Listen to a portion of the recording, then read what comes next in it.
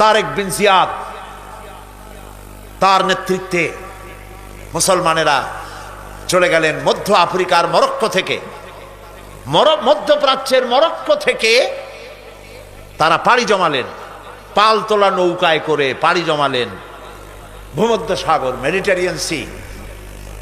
ভূমধ্য সাগর পাড়ি দিয়ে দিনের পর দিন বহু কষ্ট করে পরিশ্রম করে খেয়ে না খেয়ে জিব্রাল্টার প্রণালীর মধ্য দিয়ে স্পেনের তটরেখায় গিয়ে তারা ভিড়লেন। কুলে উঠে তারেক বিন জিয়াদ, উমাইয়াদের সেনাপতি, কুলে উঠে বললেন, আমার সাথীরা, যেসব জাহাজে এবার আমরা এলাম জাহাজগুলি টেনে কুলে উঠাও। জাহাজগুলি কুলে উঠানো হলো।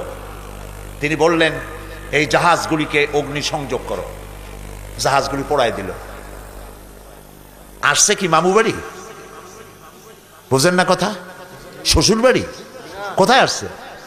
কাফেরদের দেশে এসছে, যেখানে মানবতার উপরে জুলম চলছে। সেই দেশে এসেছে ইনসাফ কায়েম করার জন্য, কোরআনের রাজ কায়েম করার জন্য। পোড়ায় দাও সমস্ত জাহাজ। জাহাজগুলি পুড়িয়ে দেওয়া হলো।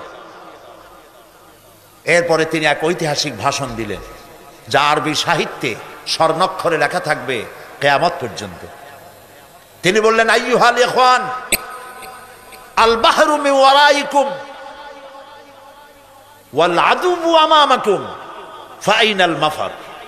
হে আমার সাথীরা, পিছনে তোমাদের ক্ষুধার্ত সমুদ্র আর সামনে রণারিকের দুর্ধর্ষ বাহিনী।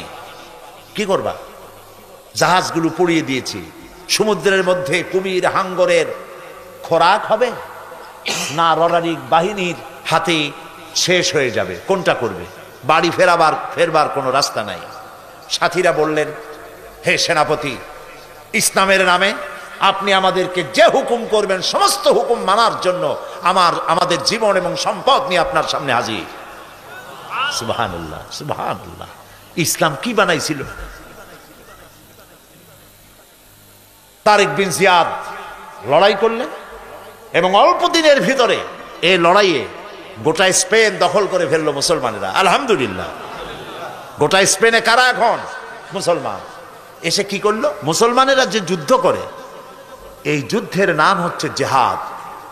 এটা ওয়ার নয়, এটা কিতাল নয়, এটা যুদ্ধ নয়, এটার নাম জিহাদ।